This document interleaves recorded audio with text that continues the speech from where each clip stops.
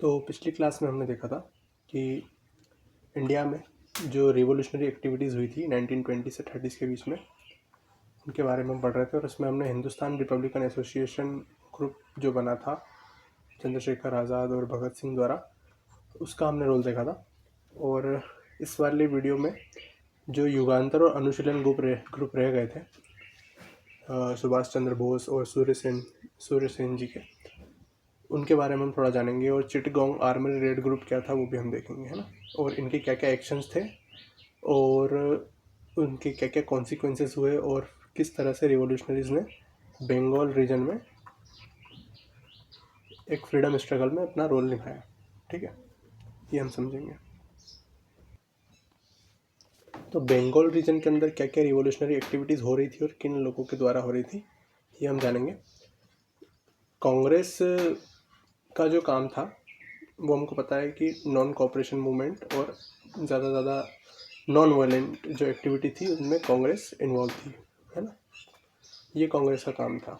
और रिवॉल्यूशनरीज क्या करते थे कि उनको सिर्फ फ्रीडम से मतलब था, वो वायलेंस से आए या नॉन वायलेंस से आए, उनको ये लेना देना नहीं था। तो जो इतनी भी वायलेंट एक्टिविटीज़ थी उसमें रिवॉल्यूशनरीज जो थे इन्वॉल्व थे।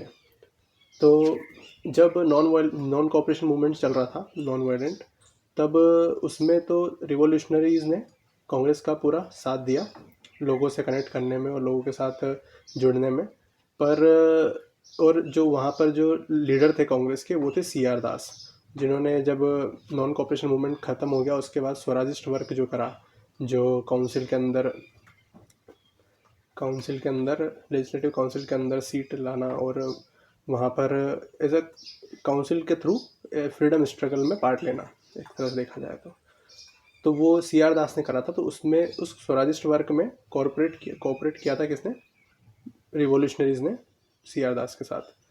तो पर जब उनकी डेथ हो गई 1925 में, तो कांग्रेस दो ग्रुप्स में डिवाइड हो गई, एक अनुशीलन ग्रुप और एक युगांतर ग्रुप। तो अनुशीलन ग्रुप था JM सेन गुप्ता के अंडर में, जिनको सूर्य सेन गुप्ता भी बोलते हैं और सूर्य सेन भी बोलते हैं। और एक था युगांतर ग्रुप जो था सुभाष चंद्र बोस के अंडर में, है ना। अब इनके एक्शंस क्या क्या थे वो देखते हैं थोड़ा सा, कि रिवॉल्यूशनरीज हैं तो उनके एक्शन सुनने में ज़्यादा इंटरेस्ट आता है कि किस पुलिस कमिश्नर का असैसिनेशन किया, कहाँ पर रेड करी, वगैरह वगैरह। तो एक सुभाष चंद्र बोस के साथ एक रिवॉल्यूशनरी थे गोपीनाथ शाह। तो इन दोनों ने मिलकर एक पुलिस कमिश्नर थे चार्ल्स टिगर्ट, इनका असैसिनेशन अटेम्प्ट किया था। तो इसके अंदर एक जो है लोकल जो पुलिस ऑफिसर थे, हवलदार इसको कह सकते हैं, उनकी मृत्यु हो गई थी गोपीनाथ शाह के द्वारा। तो सुभाष चंद्र बोस को तो सिर्फ अरेस्ट किया गया था उस केस में, और गोपीनाथ शाह जो थे उनको डेथ पेनल्टी मिली थी, उनको हैंग टिल डेथ की डेथ पेनल्टी मिली थी। तो ये एक जो है एक्शन था जो कि युगांतर ग्रुप के सुभाष चंद्र बोस और गोपीनाथ शाह के द्वारा किया गया था। और इसी तरह के दूसरे एक्शंस भी किए गए थे, जिसके रिप्लाई में गवर्नमेंट ने जो है उनको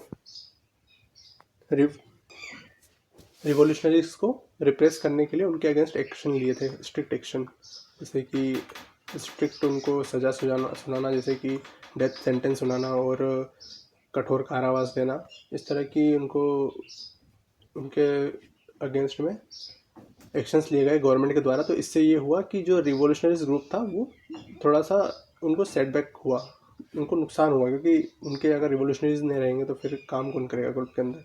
तो उनको अरेस्ट होना और उनको डेथ पेनल्टी मिलना, ये कहीं ना कहीं एक रिवॉल्यूशनरी ग्रुप के लिए सेटबैक था। पर थोड़े टाइम के बाद ही ये अनुशीलन ग्रुप और युगांतर ग्रुप के जो दूसरे मेंबर्स थे वो वापस से रीग्रुप हुए एक रिवोल्ट ग्रुप के अंदर में, और उन्होंने एक रेड करी, कहाँ पर, चिटगोंग के अंदर। चिटगोंग जो कि बंगाल के अंदर है, एक मेन एरिया है। अब चिटगोंग को ही क्यों चुना इन्होंने ये बताते हैं। चिटगोंग आर्मरी रेड क्या है कि चिटगोंग एक डिस्ट्रिक्ट है वेस्ट बंगाल के अंदर। यहाँ पर जो है ब्रिटिश गवर्नमेंट की आर्मरी थी, मतलब कि जो भी उनका असला गोला बारूद जो होता है उसकी सप्लाई जो होती है उसका स्टॉक यहाँ पर होता था। तो रिवॉल्यूशनरीज़ हैं, उन्होंने क्या करा कि अच्छा हम इस जगह को अगर रेड कर दें, यहाँ की चीज़ें लूट लें और यहाँ से अगर डिस्कनेक्ट कर दें ब्रिटिश गवर्नमेंट को तो उनको एक भारी सेटबैक लगेगा, नुकसान होगा, है ना। तो हालांकि इससे ज़्यादा फ़र्क तो नहीं पड़ेगा, पर एक अच्छा खासा नुकसान पहुंचेगा अगर गवर्नमेंट के पास उनके हथियार नहीं होंगे, उनका असला बारूद नहीं होगा तो, है ना। तो इसलिए इस जगह को चुना गया था चिटगोंग को, कि यहाँ पर हम रेड करेंगे और यहाँ का सारा सामान लूट लेंगे और इस जगह को पूरा तबाह कर देंगे, ताकि यहाँ से जो भी इनको सप्लाईज जाती है ब्रिटिश गवर्नमेंट को वो सारी ख़त्म हो जाए। तो इसके जो मेन लीडर थे वो थे सूर्य सेन। अब सूर्य सेन जी के बारे में थोड़ा सा जान लेते हैं कि ये टीचर भी रह चुके थे नेशनल स्कूल के अंदर, जो जब नॉन कोऑपरेशन मूवमेंट हुआ था उसके अंदर कई सारे स्टूडेंट्स ने जो स्कूल्स छोड़ दिए थे, गवर्नमेंट स्कूल छोड़ दिए थे और नेशनल स्कूल्स ज्वाइन कर लिए थे, तो उसके अंदर टीचर थे सूर्य सेन। और फिर जब नॉन कोऑपरेशन मूवमेंट ख़त्म हो गया और बहुत सारे स्टूडेंट्स ने वापस से गवर्नमेंट स्कूल में जाना ही प्रेफर किया, क्योंकि गवर्नमेंट स्कूल की डिग्री की वैल्यू थी जॉब के अंदर, और नेशनल स्कूल एजुकेशन तो दे रहा था पर वहाँ की डिग्री से, वहाँ के सर्टिफिकेट से आपको जॉब नहीं मिल सकती थी, बस एजुकेशन मिल सकती थी, है ना। फिर इन्होंने रिवोल्यूशनरी एक्टिविटीज़ में भी पार्ट लिया और ये चिटगोंग की जो डिस्ट्रिक्ट कांग्रेस कमेटी में भी वर्कर रहे हैं। और इनको पोइट्री का बड़ा शौक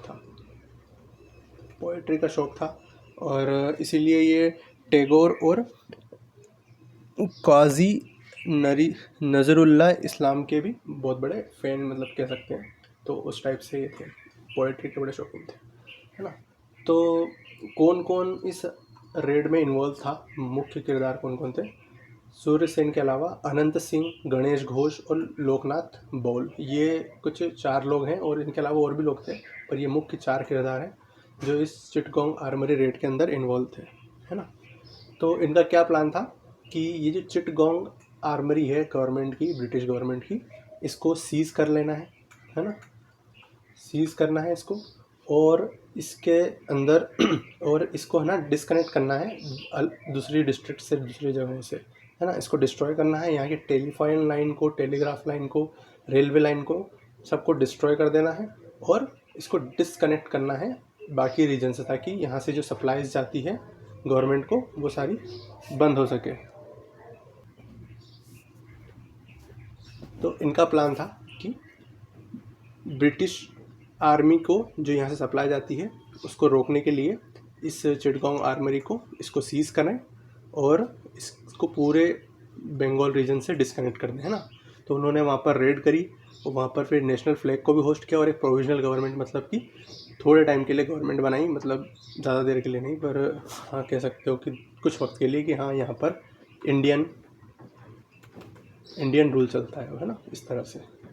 और फिर जो जितने भी रिवोल्यूशनरीज थे वो आसपास के गांव में फैल गए और वहाँ पर जितने भी गवर्नमेंट टारगेट थे उनको, गवर्नमेंट के जो एम्प्लॉयज़ थे उनको टारगेट किया, है ना, और उनको मतलब मार दिया, जो भी किया। तो ये सब काम चिटगोंग रीजन के अंदर हुआ था। और फिर क्या हुआ था कि सूर्य सेन जी को फिर 1933 में अरेस्ट कर लिया था, और क्योंकि इन्होंने ये रिवोल्यूशनरी वर्क को अंजाम दिया था इंडिया के अंदर, तो फिर इनको डेथ पेनल्टी सुनाई गई और 1934 में इनको हैंग कर दिया गया, फांसी दे दी गई, है ना। तो इस आर्मरी रेड से क्या हुआ, यहाँ पर सभी जितने भी रिवोल्यूशनरीज हैं उनका एक ही विज़न रहता है कि अगर आज एक रिवोल्यूशनरी को अगर हैंग कर भी दें, फांसी दे दें, तो इसकी शौर्य गाथा सुन के, इसकी कहानी सुनकर और दूसरे रिवोल्यूशनरीज को प्रेरणा मिलेगी कि हाँ हमें भी हमारे देश के लिए अपनी जान देनी है, हमें भी हमारे देश के लिए कुछ ऐसा काम करना है जिससे हमारे देश को हम पर गौरव हो सके, हमारे देश के लोगों को हम पर नाज हो सके। तो एक आग भड़काई लोगों के, जो युवा थे ना उस वक्त के, उनके सीने में एक आग भड़काई देश के आज़ादी के लिए। ये सबसे मेन, इस आर्मरी रेड का सबसे मेन उद्देश्य जो विज़न था वो पूरा हुआ। ठीक है, तो इसी के साथ जो रिवॉल्यूशनरी एक्टिविटीज़ के जो मुख्य ग्रुप्स थे और मुख्य किरदार थे, जो पंजाब बिहार यूपी और बंगाल के अंदर, वो सब को हम डिस्कस कर चुके हैं।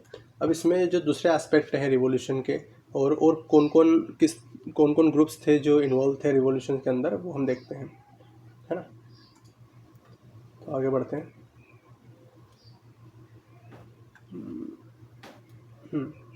तो यहाँ से हम देखेंगे कि अलग अलग और क्या एस्पेक्ट थे इस रिवॉल्यूशनरी फेज़ के, है ना, रिवॉल्यूशनरी फेज़ के। तो इन रिवॉल्यूशनरी एक्टिविटीज़ के और क्या क्या एस्पेक्ट्स थे। तो सबसे पहले हम देखते हैं कि वुमेंस का क्या क्या रोल था रिवॉल्यूशनरी एक्टिविटीज़ में, है ना। कई सारी वुमेंस थी जिन्होंने रिवॉल्यूशनरी एक्टिविटीज़ में, यानी कि वायलेंट एक्टिविटी में ब्रिटिशर्स के ख़िलाफ़ इंडिया के फ्रीडम में हिस्सा लिया था। तो अब ये सब एग्ज़ाम पॉइंट ऑफ व्यू से इतना इम्पोर्टेंट नहीं है, हालांकि आप इनके एग्जांपल्स कोट कर सकते हो एग्ज़ाम्स में अगर याद रह जाए तो। पर हाँ, ये अगर आप याद रखेंगे तो आपको एक बैकग्राउंड बनेगा आपका, क्योंकि आसपास की स्टोरी याद होने से मुख्य जो स्टोरी होती है वो आसानी से याद रहती है ना। तो वुमेंस का क्या मेन रोल था? शेल्टर प्रोवाइड करवाना रिवोल्यूशनरीज़ को, है ना। रिवोल्यूशनरीज़ जो हैं उनको छुपने के लिए जो शेल्टर्स चाहिए होते थे तो वो वुमेंस प्रोवाइड करवाती थी, और मैसेज ट्रांसफ़र करना एक जगह से दूसरी जगह पर, और कई बार गन बैटल्स में भी वो हिस्सा लेती थी कि अंग्रेज़ों के ख़िलाफ़ कहीं पर फाइट करना है, लड़ना है। जैसे कि हमने RRR मूवीज़ में अगर देखा हो आपने, तो वहाँ पर जो हमारे जो अल्लूरी सीताराम राजू का जिन्होंने किरदार निभाया है, तो उनकी जो मदर और फादर रहते हैं, है ना, मदर फादर और सभी उनके गांव के लोग, सभी लोग एक गन रिवोल्ट या फिर देखा जाए तो एक वॉलेंट रिवोल्ट में हिस्सा लेते हैं गवर्नमेंट के खिलाफ। ये उस मूवी में दिखाया गया था। तो ऐसा इस तरह से वुमेंस पार्ट लेती थी रिवॉल्यूशनरी एक्टिविटीज़ में। जैसे कि कुछ एग्जांपल हैं, जैसे प्रीतिलता वाडेडार, तो ये इन्होंने एक रेड करते वक्त इनकी मृत्यु हो गई थी ब्रिटिश गवर्नमेंट के खिलाफ। एक थी कल्पना दत्त, जिन्होंने सूर्यसेन जी जो थे उनके साथ रिवॉल्यूशनरी एक्टिविटीज़ में पार्ट लिया था, और उन्हीं के साथ अरेस्ट भी हुई थी, और इनको भी डेथ पेनल्टी उनके साथ ही मिली थी सूर्यसेन जी के साथ। दो छोटी छोटी लड़कियां थी, स्कूल गर्ल्स जिनको कह सकते हैं, शांति घोष और सुनीति चंदेरी। इनकी एज मुश्किल से 14-15 साल रही होगी, और इन्होंने एक जो डिस्ट्रिक्ट मजिस्ट्रेट था उनकी गोली मारकर हत्या कर दी थी। ये भी रिवॉल्यूशनरी एक्टिविटीज़ में काउंट होता है, क्योंकि उस वक्त इतनी छोटी उम्र में किसी जब पता होना कि हाँ इस एक्शन का क्या कॉन्सिक्वेंसेस हो सकता है, हमारी भी जान जा सकती है, और फिर भी देश के लिए ऐसा काम कर जाना एक बहुत ही हिम्मत वाली बात है। तो ये नाम बहुत ही इम्पोर्टेंट है याद रखने के लिए, इसलिए नहीं कि एग्ज़ाम में आएगा, इसलिए भी कि हमें पता होना चाहिए हमारे कौन कौन फ्रीडम फाइटर्स थे, जो मुख्य फ्रीडम फाइटर्स थे, उनके अलावा भी कौन कौन थे, और छोटे मोटे जितने भी किरदार थे सबका हमें पता होना चाहिए। एक थी बीना दास, उन्होंने गवर्नर को पॉइंट ब्लैंक पे शूट किया था डिग्री कॉन्वोकेशन सेरेमनी के दौरान 1932 के अंदर, है ना। और बहुत सारे दूसरे छोटे छोटे ग्रुप्स भी थे जिन्होंने ब्यूरोक्रेसी को डीमोरलाइज़ किया था, क्योंकि क्या होता था कि रिवॉल्यूशनरीज़ अगर कोई भी ब्रिटिश गवर्नमेंट का ऑफिसर कोई भी गलत काम कर रहा है या फिर किसी गलत ऑर्डर को इम्प्लीमेंट कर रहा है, उसमें शामिल है, तो ग्रुप्स क्या करते थे, रिवॉल्यूशनरी ग्रुप्स उनको सीधा कि कोई सुनवाई नहीं होगी, कुछ नहीं होगा, बस सीधा निपटा देंगे आपको। तो इस तरह से ये लोग काम करते थे। तो यूथ को इंस्पायर करा फ्रीडम स्ट्रगल में शामिल होने के लिए, और ब्यूरोक्रेसी को डीमोरलाइज करा गलत काम करने से, ठीक है। और रिवॉल्यूशनरी ग्रुप का एक सबसे बड़ा मुख्य किरदार ये रहा उस वक्त कि जो हिंदू मुस्लिम रिलीजियसिटी थी, उसको एक व्यक्ति को हिंदू आइडेंटिटी और मुस्लिम आइडेंटिटी से दूर करके, और उसको एक फ्रीडम फाइटर या फिर एक इंडियन के रूप में एक इंडियन की स्पिरिट उसके अंदर पैदा करना, ये उस वक्त के रिवॉल्यूशनरी ग्रुप्स का सबसे बड़ा एक रोल रहा, ताकि हिंदू मुस्लिम यूनिटी बनी रहे और इसका फ़ायदा उठाकर ब्रिटिश हम पर और ज़्यादा रूल ना कर पाए। हम देखेंगे आगे कैसे ब्रिटिश ने आगे भी पूना कम्युनल अवार्ड के द्वारा इंडियन मुस्लिम और अदर हिंदू और जो डिप्रेस्ड क्लास थी उनको अलग अलग करने की कोशिश करी थी, डिवाइड एंड रूल करने की कोशिश करी थी 1935 के अंदर दोबारा, है ना। और कई सारे ड्रॉबैक्स भी हैं इंडियन रिवॉल्यूशनरीज़ के, कि ये एक कंजर्वेटिव माइंडसेट के साथ मतलब कंजर्वेटिव एलिमेंट्स इनके अंदर आ गए थे कि हमें ये मतलब जिससे कि वे ज़्यादा बड़ी सोशो इकोनॉमिक गोल्स के बारे में नहीं सोच पाए, एक्सेप्ट भगत सिंह और कुछ जैसे कि भगत सिंह और राम प्रसाद बिस्मिल जिन्होंने नेशनलाइजेशन ऑफ इंडस्ट्रीज़ की बात करी थी। उनके अलावा कोई भी बड़े ग्रुप ऐसे बन नहीं पाए जिन्होंने सोशो इकोनॉमिक चैलेंजेस को फेस करने की बात करी हो। और मुस्लिम पीजेंट्स की हेल्प नहीं कर पाए थे, स्वराजिस्ट भी नहीं कर पाए थे उस वक्त, क्योंकि ज़मींदारी में उस टाइम जो टैक्स लग रहा था उसके अगेंस्ट में जो पीजेंट्स ने रिवोल्ट करा था उसमें ना ही स्वराजिस्ट उनकी हेल्प कर पाए थे और ना ही रिवोल्यूशनरीज उनकी हेल्प कर पाए थे। तो ये कुछ ड्रॉबैक्स रहे हैं। बाकी उसके अलावा जो उनका विज़न था यूथ को इंस्पायर करना, हिंदू मुस्लिम यूनिटी को बनाना, ये सब इसमें वो काफ़ी कुछ सक्सेसफुल रहे और अच्छा उन्होंने काम किया। अब गवर्नमेंट का क्या रिएक्शन रहा रिवॉल्यूशन के ऊपर और कैसे रिवॉल्यूशन का डिक्लाइन हुआ, हम देखेंगे कि गवर्नमेंट जब रिवॉल्यूशनरी एक्टिविटी स्टार्ट हुई तो जैसे ही यूरोपियंस जो सिटीजन्स थे जिनकी इंडिया में डेथ हो रही थी, तो इस वजह से गवर्नमेंट पैनिक कर गई। तो पैनिक के अंदर उन्होंने रिप्रेस करना स्टार्ट करा। तो कई सारे रिवॉल्यूशनरी ग्रुप्स के ऊपर फ़ाइन लगा, कांग्रेस के ऊपर भी कई सारे फ़ाइन लगे और फ्री हैंड दिया पुलिस को कि आप इनको अरेस्ट करो और जो ज़्यादा वायलेंट एक्टिविटी में इन्वॉल्व है उनको तो मतलब आप ऑन द स्पॉट ही किल कर दो, है ना। इस तरह से फ्री हैंड दे दिया गया पुलिस को और कई सारे रिप्रेसिव एक्ट लागू हुए जैसे कि आर्म्स एक्ट, है ना। और जवाहरलाल नेहरू को, जो कि उस टाइम एक यंग रिवॉल्यूशनरी लीडर थे, उनको सेडिशन के चार्ज में, क्योंकि इन्होंने जो ये रिवॉल्यूशनरी एक्टिविटीज़ थी इनको प्रेस करा था, हीरोइज़म को प्रेस करा था कि ये जो भी कर रहे हैं रिवॉल्यूशनरीज ये बहुत अच्छा काम कर रहे हैं देश के लिए। तो इनको नेहरू जी ने प्रेस किया था। तो उनको 2 साल की सज़ा सुनाई गई थी, जेल सुनाई गई थी, क्योंकि उन्होंने इम्पीरियलिज्म कंडेम किया था और हीरोइज़म को प्रेस किया था। इसके अलावा रिवॉल्यूशनरी जो थे वो वायलेंट एक्टिविटी करते थे जो कि एक पॉलिटिकल टूल था ब्रिटिश के अगेंस्ट, है ना। तो गवर्नमेंट काउंटर वायलेंस करती थी, तो इससे क्या होता था, उनको सेटबैक होता था। तो इसी वजह से ये जो रिवॉल्यूशनरी एक्टिविटीज़ थी ये नॉन कंसिस्टेंट थी, यानी कि एक लगातार एक सलंग पेस में नहीं चल पाती थी, ऐसे सलंग नहीं चल पाती थी। ऐसा होता था कि ऐसा ग्राफ नहीं होता था इनका, ऐसा होता था कि थोड़े टाइम के लिए चली फिर रुक गई, फिर थोड़े टाइम चली फिर रुक गई, फिर थोड़े टाइम चली रुक गई। तो और इसीलिए इनको एक जो पब्लिक सपोर्ट मिलना चाहिए था, जैसा कि हम नॉन कॉपरेशन मूवमेंट में देख पाए और सिविल डिसोबीडियंस मूवमेंट में भी देखेंगे, और इसके अलावा क्विट इंडिया मूवमेंट में भी देखेंगे, वैसा मास सपोर्ट रिवॉल्यूशनरी एक्टिविटीज़ को नहीं मिल पाया, है ना। बस इनको यूथ का बहुत अच्छा सपोर्ट मिला और कई सारे यूथ ने इसमें पार्ट लिया। और छोटे छोटे, अगर हम वैसे तो उन्होंने काम बहुत बड़ा किया, पर छोटे छोटे बच्चों ने भी इसमें पार्ट लिया, है ना।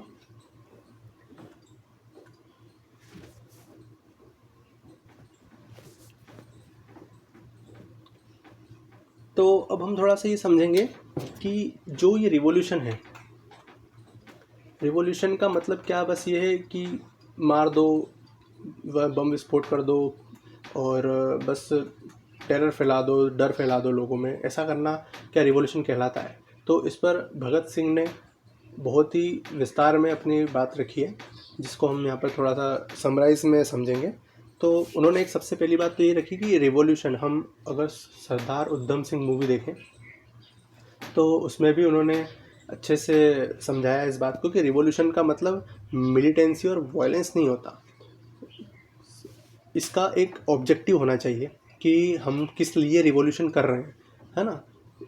उस वक्त हमारे देश को लिबरेशन की ज़रूरत थी, और सिर्फ और भगत सिंह के अगर हम नज़रिए से देखें तो उस वक्त हमको सिर्फ देश की फ्रीडम की नहीं, हमें एक पर्सनल फ्रीडम को भी, पर्सनल लिबरेशन की भी ज़रूरत थी, क्योंकि हम अंदर से बहुत ज़्यादा बॉन्डेज में थे, सोशल बॉन्डेज और रिलीजियस बॉन्डेज, जो आज भी कहीं ना कहीं हमारे अंदर है।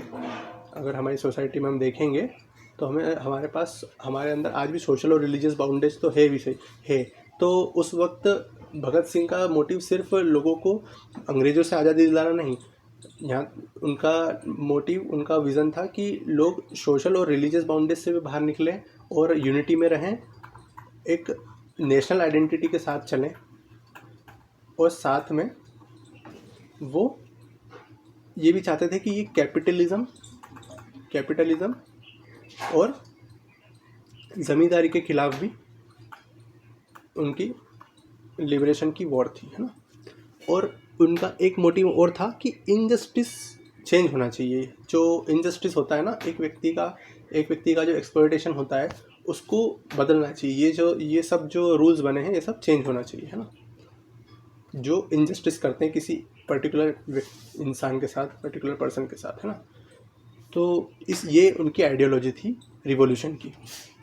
तो आइडियोलॉजी क्लियर होना चाहिए कि आप किस लिए रिवॉल्यूशन कर रहे हो। सिर्फ मिलिटेंसी करना और सिर्फ वायलेंस करना रिवॉल्यूशन नहीं है, वो टेररिज्म कहलाता है ना।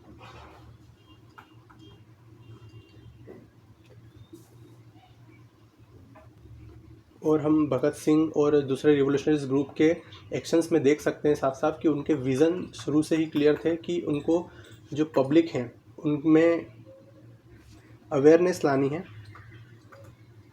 खुद के प्रति सेल्फ अवेयरनेस और नेशनल अवेयरनेस, कि हमारे देश में आखिर चल क्या रहा है, किस तरह से हमारा फाइनेंशियल, सोशल और स्पिरिचुअल एक्सप्लॉयटेशन किया जा रहा है अंग्रेज़ों के द्वारा। तो ये उनका विज़न था उस वक्त। और ये हम उनकी आइडियोलॉजी और उनके द्वारा बनाए गए जो एसोसिएशन थे, ग्रुप्स थे, उनमें भी देख पाएंगे कि वो अपने एसोसिएशन के अंदर रिवॉल्यूशन को सिखाते थे, कि प्रीच करते थे कि रिवॉल्यूशन क्या होता है, और कम्युनिस्ट प्रिंसिपल सिखाते थे। कम्युनिस्ट प्रिंसिपल को प्रीच करते थे कि जो भी देश के रिसोर्सेज हैं वो देश के सभी लोगों के हैं, और वो बिल्कुल अगेंस्ट थे कैपिटलिज्म, पूंजीवाद के, और रिसोर्स एक्विजिशन के, कि एक ही व्यक्ति सारे रिसोर्स को एक्वायर कर ले, इसके भी वो बिल्कुल खिलाफ थे। तो ये सारी प्रीचिंग वो अपने ग्रुप के अंदर करते थे सारे यूथ्स को। और HRA का अगर मैनिफेस्टो भी हम देखेंगे तो हमको समझ में आएगा कि वो किस तरह से लिबरेशन और पर्टिकुलर इंडिविजुअल, एक व्यक्ति के आज़ादी के बारे में कितना ज़्यादा उसमें ज़ोर दिया गया है।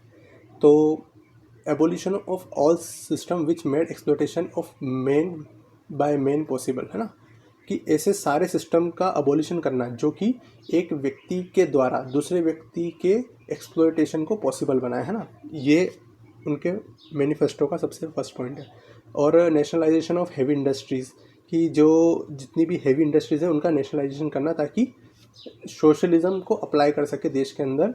ये सोशलिज़म की थिंकिंग है कि जितनी भी हैवी इंडस्ट्रीज़ हैं, जैसे कि शिपिंग, है ना, और आयरन स्मेल्टिंग, और इसके अलावा रेलवेज़ और जितने भी देश के रिसोर्सेज हैं वो सभी का नेशनलाइजेशन करना, है ना। ये भी एक सोशलिज्म प्रिंसिपल है, और ये HRA का मैनिफेस्टो था। और लेबर और पीजेंट का ऑर्गेनाइजेशन बनाना, ताकि वो अपने राइट्स के लिए लड़ सकें और उनके साथ कोई भी किसी प्रकार का एक्सप्लॉयटेशन ना हो पाए। और मास पॉलिटिक्स करना, इंडिविजुअल हीरोइक एक्शन की जगह, जो कि रिवोल्यूशनरीज ज़्यादातर करते थे, पर उसके अगेंस्ट में उनका यही मोटिव रहता था कि मास पॉलिटिक्स करना, जिससे क्या हो कि कि सभी लोग जब अपने लिए लड़ेंगे, खुद के लिए लड़ेंगे, तो उससे गवर्नमेंट और जो भी एक्सप्लॉयटेटर है वो लोगों को दबा नहीं पाएगा, रिप्रेशन नहीं कर पाएगा उस रिवॉल्यूशन का, है ना। तो revolution by the masses for the masses, ये मार्क्सिस्ट सोशलिज्म का एक प्रिंसिपल है ना। और क्लास अप्रोच ऑफ सोसाइटी, की जो भी कास्टिज़म है उसके अगेंस्ट में ये लोग ये लोगों का जो रिवोल्यूशनरीज़ की फ़ाइट चलती रहेगी और स्ट्रगल जब तक चलता रहेगा जब तक एक्सप्लॉयटेशन चलता रहेगा। यहाँ तक कि आज भी हम देखते हैं कि कई सारी कंपनीज जैसे कि गिग वर्कर्स का एक्सप्लॉयटेशन होता है ना, और जो स्मॉल और छोटे छोटे फार्मर्स होते हैं, है ना, उनका एक्सप्लॉयटेशन होता है कंपनीज के द्वारा और गवर्नमेंट के द्वारा। तो जब तक एक्सप्लॉयटेशन चलता रहेगा, तो अगर भगत सिंह आज भी जिंदा होते तो आज भी रिवोल्यूशन ही कर रहे होते, है ना। और ये हम देखेंगे कि उन्होंने अपने अरेस्ट होने के बहुत पहले ही वायलेंस छोड़ दी थी और उन्होंने यूथ जो था उनसे भी अपील की थी कि वायलेंस और इंडिविजुअल हीरोइक एक्शन यानी कि अकेले किसी काम को अंजाम देने की जगह मास पॉलिटिक्स के ऊपर ज़्यादा फोकस करें, है ना। और उन्होंने एक नौजवान भारत सभा नाम का एक ग्रुप बनाया था 1926 में, जिसमें वो एंटी कम्युनल और टॉलरेंस की प्रिंसिपल को सिखाते थे। और उन्होंने बताया था कि जो रिलीजियस आइडेंटिटी है एक पर्सन की, कि एक व्यक्ति की जो रिलीजियस आइडेंटिटी है वो उसका एक पर्सनल बिलीफ होना चाहिए, उसको एज अ सोशल या फिर पब्लिक वे में इसको नहीं रिप्रेजेंट करना चाहिए। उससे क्या होता है, कॉन्फ्लिक्ट होता है, जो कि हम आज भी देख सकते हैं हमारी सोसाइटी में। जब एक व्यक्ति अगर चुपचाप अपनी पूजा पाठ अर्चना करता रहेगा तो उसको भी कोई प्रॉब्लम नहीं होगी और ना ही उसके आसपास के लोगों को कोई प्रॉब्लम होगी। पर जहाँ वो उस चीज़ का पब्लिक में रिप्रेजेंटेशन करना शुरू करता है तो उससे डिस्टर्बेंस पैदा होता है ना, और कॉन्फ्लिक्ट्स क्रिएट होते हैं। तो एक जो रिलीजन है वो एक पर्सनल बिलीफ का मैटर है, ना कि लोगों में रिप्रेजेंट करने का एक रिप्रेजेंटेटिव थिंग नहीं है ना। और लोगों को सुपरस्टिशन से और रिलीजियस बॉन्डेज जो है उनके मतलब दिमाग में जो साइकोलॉजिकल बॉन्डेजेस होती है रिलीजन के कारण, कि पहले जैसे कि एक प्रिंसिपल होता था कि अगर आप समुद्र को पार कर जाओगे तो आप हिंदू नहीं रहोगे, है ना। तो इस तरह का कुछ बॉन्डेजेस होती थी, रिलीजियस बॉन्डेजेस, उसको ख़त्म करना ये इस नौजवान भारत का सभा का मुख्य उद्देश्य था। और डायरेक्ट एक्शन करना गवर्नमेंट के खिलाफ, और एक free Republic of worker and peasants को इस्टेब्लिश करना, और इस तरह का ये सब इनका काम था, जिसके कुछ वायलेंट एक्शंस के द्वारा वजह से क्या हुआ था, इसको अनलॉफुल डिक्लेयर कर दिया गया था बाद में। तो ये भगत सिंह जी की एक कह सकते हैं ऑर्गेनाइजेशन थी, नौजवान भारत सभा, जिसको 1926 में इस्टेब्लिश किया गया था। ये क्वेश्चन बन सकता है एग्ज़ाम में, तो थोड़ा सा फैक्ट है, याद रख सकते हैं, कोई बड़ी बात नहीं है। इनके अलावा जो एक और रिवोल्यूशनरी थे राम प्रसाद बिस्मिल, उन्होंने भी यूथ से अपील की थी कि अपने जो रिवॉल्वर्स हैं, अपने जो पिस्टल्स हैं और जो दूसरे वेपन्स हैं उनको गिव अप करें, और जो कॉन्स्पिरेसी है और जो षड्यंत्र है गवर्नमेंट के खिलाफ उनको अवॉइड करें और ओपन मूवमेंट में पार्ट लें, जैसे कि नॉन कोऑपरेशन मूवमेंट और सिविल डिसोबीडियंस मूवमेंट, इस तरह के मूवमेंट्स में पार्ट लें, है ना। हिंदू मुस्लिम यूनिटी को स्ट्रेंथन करें और इसके अलावा जो कांग्रेस के अंडर में काम करने की कोशिश करें, क्योंकि धीरे धीरे सभी रिवोल्यूशनरीज को समझ में आ गया था कि कांग्रेस एक ऐसा ग्रुप है जो पूरे इंडियन यूथ को, इंडिया की पूरी पॉपुलेशन को यूनाइट कर सकता है ना, सारे सेक्शंस को यूनाइट कर सकता है। और कम्युनिज्म में अपनी आस्था बनाएं, क्योंकि कम्युनिज्म से क्या होगा कि किसी देश में रहने वाले हर एक नागरिक का उससे भला होगा। तो जब हम देख रहे हैं कि राम प्रसाद बिस्मिल हो गए या फिर भगत सिंह हो गए, इन सब की बाद में जो सोच है वो चेंज हो गई थी। वो मिलिटेंट एक्शन की बजाय कांग्रेस के जो तरीके थे उनमें ज़्यादा बिलीव करने लगी थी। तो फिर इंडिविजुअल हीरोइक एक्शन, जैसे कि असेंबली में बॉम्ब ब्लास्ट करना या फिर सॉन्डर्स का मर्डर करना, इन सब एक्शंस की क्या ज़रूरत थी, अगर उनका भी बाद में यही मानना था कि नॉन कोऑपरेशन और सिविल डिसोबीडियंस मूवमेंट के थ्रू अगर काम बन जाएगा तो फिर ये इंडिविजुअल हीरोइक एक्शंस की ज़रूरत ही क्या थी। तो इसमें सबसे ज़्यादा, अगर हम जो बात पहले भी बता चुके हैं कि जो उस वक्त यंग इंटेलेक्चुअल्स थे, जो यंग लीडर्स थे, है ना, उनके सामने एक बड़ी समस्या थी कि लोगों को मोबिलाइज कैसे करें, लोगों को कैसे बताएं कि वो लोग स्लेवरी में हैं, वो लोग एक ब्रिटिश रूल के अंदर है जो कि हमारे देश का नहीं, हमारे देश का पार्ट नहीं है। तो लोगों को इस चीज़ से अवेयर करना उनके लिए बहुत बड़ा चैलेंज था उस वक्त, है ना। तो ये, और इतना टाइम भी नहीं था क्योंकि हम पहले ही 150 साल से ज़्यादा स्लेवरी में रह चुके थे, तो इतना टाइम भी नहीं था कि हम छोटे मोटे स्टेप्स लेकर या फिर डेलीगेशंस या फिर इस तरह से लोगों को, एक एक व्यक्ति को जाकर बताएं कि देखो भैया हम अभी स्लेवरी में हैं तो हमको आज़ादी की ज़रूरत है ना। तो इस तरह से काम नहीं हो सकता था। तो उन्होंने सोचा, उन्होंने एक प्लान बनाया कि प्रोपोगेंडा अगर फैलाएंगे, क्योंकि अच्छी बात से ज़्यादा बुरी बात जल्दी फैलती है ना, ये सबको पता है। तो प्रोपोगेंडा अगर फैलाएंगे तो उससे जल्दी बातें पहुँचेगी, और हम ऐसे क्या गवर्नमेंट टूल्स का यूज़ करें जिससे बात जल्दी पहुँचे। सबसे सही और सबसे सिंपल ज़रिया है प्रेस। किसी भी फेमस होना हो, there is nothing called negative publicity, है ना। नेगेटिव पब्लिसिटी कुछ नहीं होती, पब्लिसिटी होती है। अब भले आप अच्छा काम करके, आप अगर अच्छा काम करके पब्लिसिटी हासिल करते हो तो अच्छी बात है, नहीं तो आप कुछ गलत काम करके भी अगर पब्लिसिटी पाओगे ना तो वो भी पब्लिसिटी कहलाएगी, आप लोगों की नज़रों में तो आ गए ना। तो उनका सीधा सा था मतलब कि लोगों को अगर अवेयर करना है तो हमको किसी भी तरह से लाइमलाइट में आना पड़ेगा। तो उन्होंने प्रोपोगेंडा प्लान करे और कॉन्स्पिरेसीज प्लान करी और उनको अंजाम दिया। तो उससे क्या हुआ कि उनके ऊपर गवर्नमेंट के मतलब कोर्ट के ट्रायल्स चलना शुरू हुए। अब ट्रायल्स चल रहे थे तो वो सारे न्यूज़ में आए। अब न्यूज़ सबसे आसान तरीका है लोगों तक पहुंचने का, है ना, पब्लिक तक पहुंचने का। अब क्योंकि ये हीरोइक एक्शन कर रहे थे तो न्यूज़ में आए, तो इसलिए फेमस हो गए। तो इससे क्या हुआ, एक पब्लिक में इमीडिएट अवेयरनेस आई। तो आप विज़न देख पा रहे हो कि जो काम कांग्रेस घर घर जाके नहीं कर पा रही थी, उन्होंने एक बॉम्ब फोड़ के या फिर एक व्यक्ति को गोली मारकर ये काम कर दिया था। और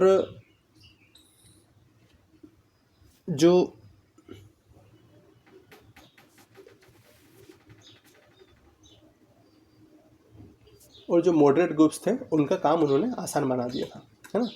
और बाद में उन्होंने भी यही अपील करी यूथ से कि आपको कोई भी वॉलेंट एक्शन नहीं करना है, आपको जो मास पॉलिटिक्स है उसमें ही पार्ट लेना है और कांग्रेस का ही साथ देना है। तो ये इनका शुरू से ही विज़न रहा था कि बस हमको अवेयरनेस फैलानी है लोगों में, है ना। और न्यू आइडियोलॉजी को एक्वायर करने में टाइम लगता है, तो इसीलिए कुछ क्विक चेंजेस के लिए क्विक एक्शन उनको करना पड़े। और सोशलिज्म में बता ही चुका हूँ कि abolition of capitalism and class domination, है ना, कि किसी भी तरह का कैपिटलिज्म पूंजीवाद नहीं होना चाहिए, और जो क्लास डोमिनेशन है कि जो अमीर व्यक्ति है वो गरीब लोगों पे डोमिनेट कर रहा है, वो नहीं होना चाहिए देश के अंदर। इसी को सोशलिज्म बोलते हैं, है ना। यही प्रिंसिपल था हिंदुस्तान रिपब्लिकन एसोसिएशन का, और युगांतर ग्रुप, अनुशीलन ग्रुप और सभी रिवोल्यूशनरी लीडर्स का यही मेन प्रिंसिपल था कि इंडिया के अंदर सोशलिज्म लाना है, जो हम बाद में हमारे इंडिया के कॉन्स्टिट्यूशन में भी देख सकते हैं। जहाँ पर लिखा हुआ है, we the people of India having solemnly resolve to constitute India into sovereign socialist secular democratic and republic. Sovereign socialist secular democratic and republic, है ना। तो ये हमारे कॉन्स्टिट्यूशन में ये वैल्यू कहाँ से आई, ये यहाँ से आई, रिवॉल्यूशन से आई, है ना, इंडियन रिवॉल्यूशनरीज के द्वारा आई। इन्होंने लड़ाई लड़ी इसके लिए। अब इसके आगे हम देखते हैं, ये रिवॉल्यूशन वाला चैप्टर तो ख़त्म हो गया। अब हम देखेंगे साइमन कमीशन और फिर उसके बाद सिविल डिसोबीडियंस मूवमेंट, है ना। साइमन कमीशन और फिर सिविल डिसोबीडियंस मूवमेंट, तो ये अगला चैप्टर है। Thank you, good bye. और मैं कहना चाहूँगा जाने से पहले कि जो भी इस वीडियो को पूरा देख रहा है वो चाहे तो स्पेक्ट्रम का पर्टिकुलर चैप्टर नंबर 20 नहीं 18 साइमन कमीशन रीड कर सकता है अगला वीडियो देखने से पहले, तो चैप्टर को अंडरस्टैंड करने में, समझने में आसानी रहेगी। Thank you, good bye.